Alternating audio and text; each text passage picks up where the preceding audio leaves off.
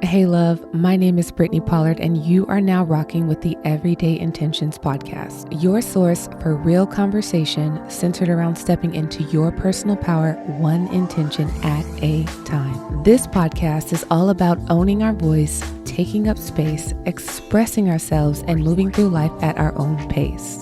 You are invited to the magic, so let's roll. Oh my gosh, welcome to the first ever episode of the Everyday Intentions podcast. My name is Brittany Pollard and I am the host of the show. And y'all, I am so excited right now. I'm so excited to have just chosen to push play on this and launch it out into the ethers.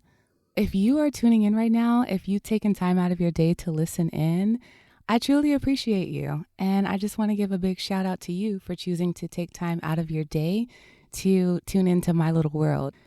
It definitely means a lot. It really does.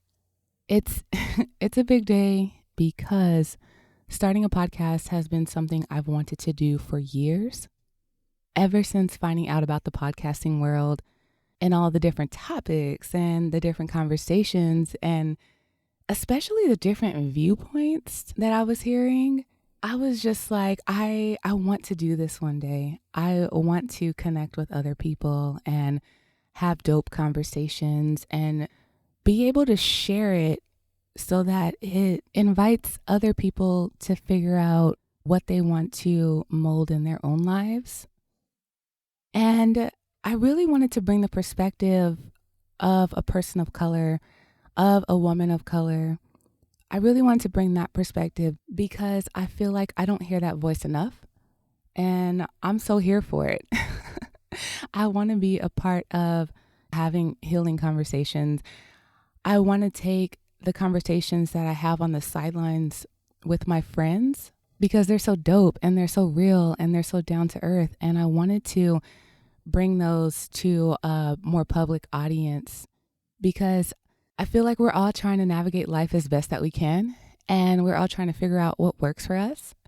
And in the midst of doing that, there's also just mainstream media telling us who we got to be, what we got to do, how much money we got to make. And so it makes it hard. It makes it hard for us to connect to ourselves when we're constantly marketed to need to aspire to the next thing.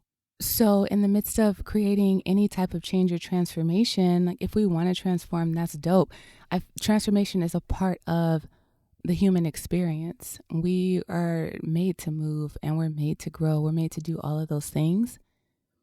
And from being in the fitness industry to the personal development industry now, I've had enough conversations with enough people to understand that everybody wants that transformation. Everybody wants to shift or change something in their lives, and that is completely fine.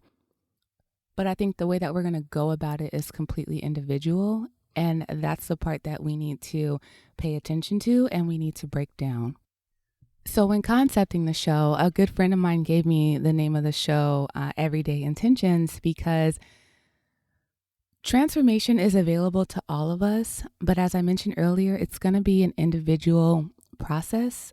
And because it's so individual, we have to really tap into ourselves and tap into what we want.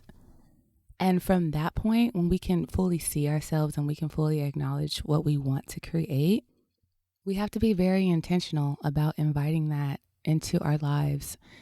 Because a lot of our actions, and when I say we, trust and believe, I'm talking about me as well. A lot of our actions come from an unconscious place where we're just acting out and we're completing the same patterns over and over again. And in order for us to change anything in our lives, we have to recognize those patterns and we have to be intentional about shifting them. And that comes through our thoughts, our beliefs, our actions, our circles, the way we move in the world. If we can break that down and talk about the things that we need to do on an everyday basis in order to create that change, I think that makes it so much more tangible for people to feel like they can connect with. And it gives us a better reference of what we need to do in order to create the change that we want.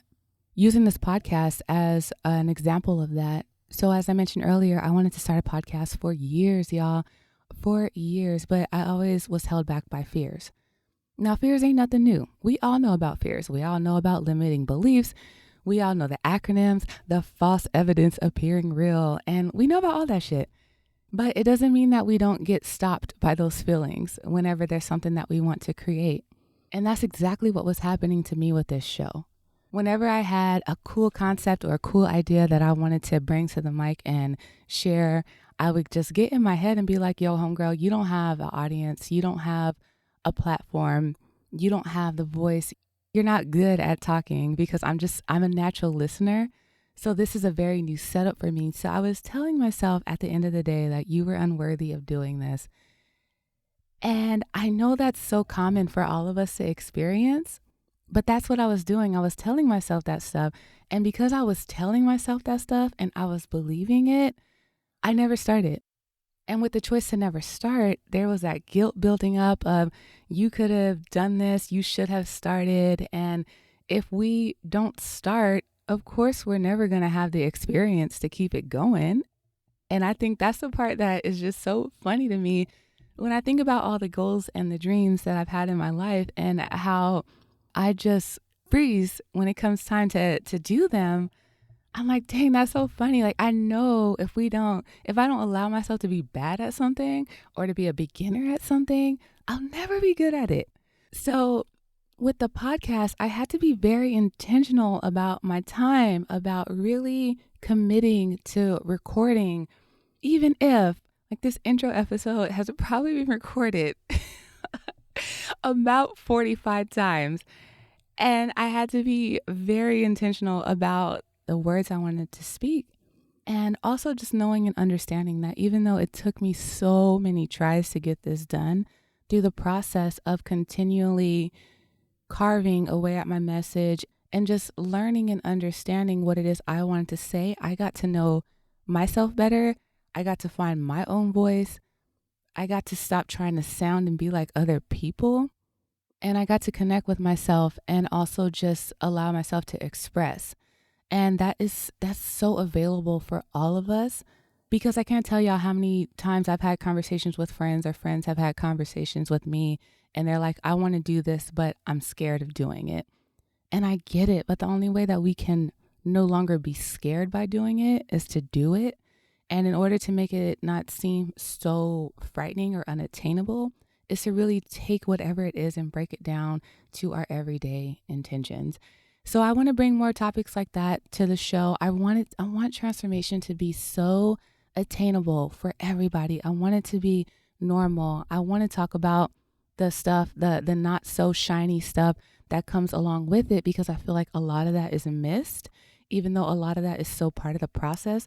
I want to talk about all this stuff, y'all. And we're going to do it. So that is just a high level overview of what the show is going to entail. We're going to have new episodes dropping every single Monday.